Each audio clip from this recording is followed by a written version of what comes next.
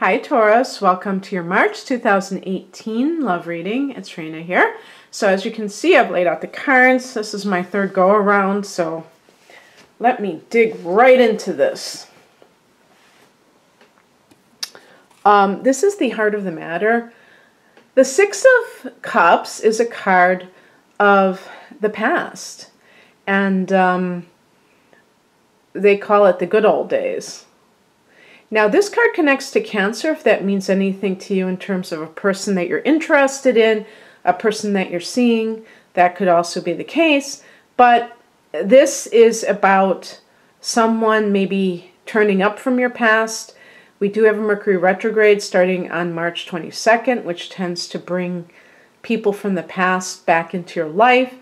And sometimes, as you know, the past seems very tantalizing, a past relationship.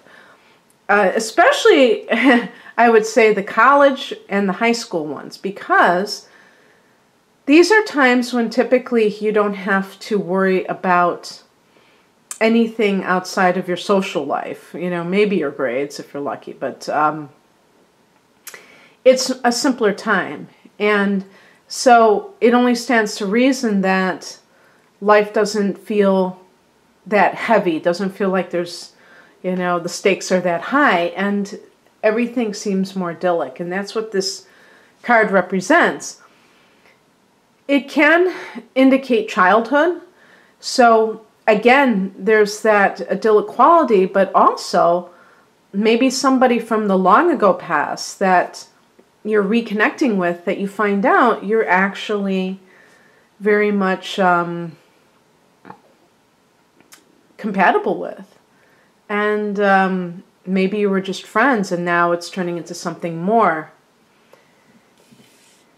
In the past position we have the Three of Cups, so this could be possibly the way you reconnect. So it might be through a party, or it might be through your social circle that you hear about this person.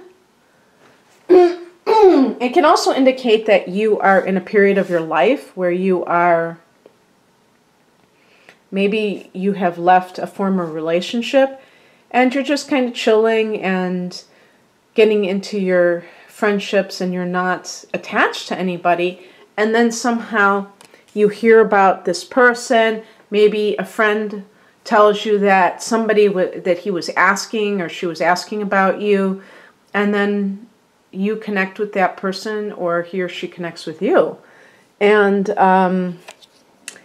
this is a current energy, so this is King of Pentacles. This might be that person. If so, it would be an older male who may be a businessman or in a similar line of work where they are in control of the operations. So this could be a manager of a bank, or maybe even an accountant, but especially with a business, maybe selling goods. And this person may be an earth sign also, or have that strong in their chart. So we're talking about Taurus, like you, Capricorn or Virgo. And they may be financially secure. And so the higher message is connected to the Queen of Cups. This is a card of using your intuition. It's a very intuitive, internal type of an energy. Now, this is the spiritual message. So basically, if I don't know if these are the same people or if they're different people, but this would be telling you that you have to really use that intuition to decide whether or not to begin this relationship. If this is another relationship, it's possible that this person is who you're with right now, and that's where all of the if you want to call it, the conflict comes in, because maybe maybe this is a marriage partner even. And for a Taurus person, there may be this sense of, oh my gosh, I'm married to somebody and they're very wealthy, they're providing a very good life for me, but I don't love this person, and this other person is really the person that I've always loved. And it might be somebody from your past that you've always carried a torch for, and maybe they were married. You know, that happens where, and I don't know if this is like a twin flames thing where they get separated somehow, and then they both are with other people, and then they find their way back to each other, and they reunite. And I think, from what I understand, it's supposed to be a test to see if they really can come back together or something like that. I really need to read up on twin flames. I know very, very little about it. I am a little bit reluctant to push that concept onto people because they tend to run with it, and sometimes in certain circumstances the twin flame, using that as an excuse for a rocky relationship, is kind of lying to oneself, it seems to me. But you know, I guess it's all an individual situation. But the other thing too, I would say, I probably should have said this with the Queen of Cups, is that you know in your heart of hearts, and that would be what the Queen of Cups represents, who you really love. And that's the interesting thing about it, because Taurus is a sensual sign. So there's no question that a Taurus person will always be a little bit tempted by somebody who's got the bucks, you know what I mean? Because they just like to have a comfortable life in all possible ways. They want to be able to have nice things, nice clothing, nice surroundings, good food, the whole enchilada. And yet, love is very important to you as well, because you're ruled by Venus. So you are a romantic at heart, and it's not uncommon for Taurus people to get married young, you know, early on. And because of that, and if there was somebody that you married that turned out to be, maybe it was an impulsive act in some way, because you just wanted to, you know, start a family, or even if you were very young, you may, or maybe you got married on the rebound because this person got married, you know, or went off to college or what have you. And so you just, instead of just like dealing with the loss, you just went and got married or something. I don't know. I'm just kind of pulling these scenarios out of a hat. But that's kind of like where I think it's going with that, with the Queen of Cups. What crosses you is represented by the Five of Pentacles, which, by the way, when I looked this up, it was connected to Mercury in Taurus, you know, specifically, which is kind of a fun fact. And because of this, and because of what I know about this card, I would say that what always trips up a Taurus person is a stubborn mindset. And so Mercury in Taurus especially talks about those rigid ideas that can be held within the mind related to whatever it is that you feel very strongly about. So in this case, you may feel like you want to reunite with someone, and yet you're afraid. This is actually a card of poverty consciousness, okay? So you may be afraid of leaving a relationship that is not making you happy, and maybe in some cases could be making you miserable, because you are used to a certain lifestyle.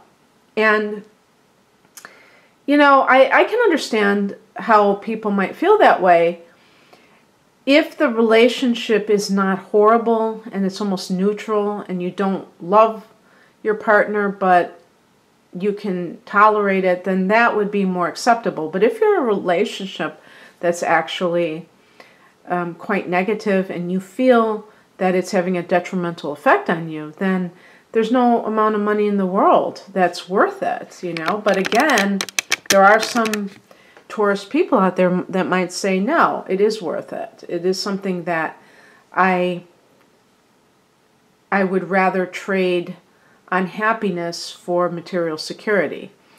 And if somebody can actually utter those words with a straight face, then more power to them. I'm not here to argue about that, but I'm just saying that, gosh, you know, if that's what's going on, think twice about that one.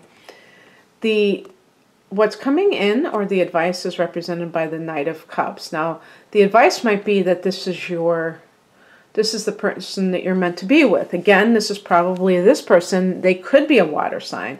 This particular card, I don't know that it's connected with Pisces, but the 3 water signs are Cancer, Pisces, and Scorpio, which you get along with. Your opposite sign happens to be Scorpio. And this has such a gentle feeling to it, so I think more of a Pisces. This is the artist, the sensitive soul. I call this the James Taylor card, because this person may be very artistic, but it's kind of like, it might be one of those scenarios of the poor, the starving artist versus the successful businessman. Do you marry for love or money? Or do you choose to be with somebody for love or money? And that's probably, I haven't read a Harlequin romance, but I'm sure that's the theme in many of them. The dilemma of the heroine. And this card would be suggesting that you are going to choose the person that you love and who presents you with love. This is the Knight of Cups is a card of an offer presented to you. And so you may feel this sense of this person actually caring enough to want to be with you. Maybe they track you down after all these years. Who knows? The outcome is represented by the Temperance card. And by the way, sometimes the 3 of Cups can indicate somebody who's drinking too much. So this is a card of sobriety, temperance. But it can be, this is associated with Sagittarius. So whether this is a timing issue, like for instance, I'm sure at some point in March, Mars will still be in Sagittarius.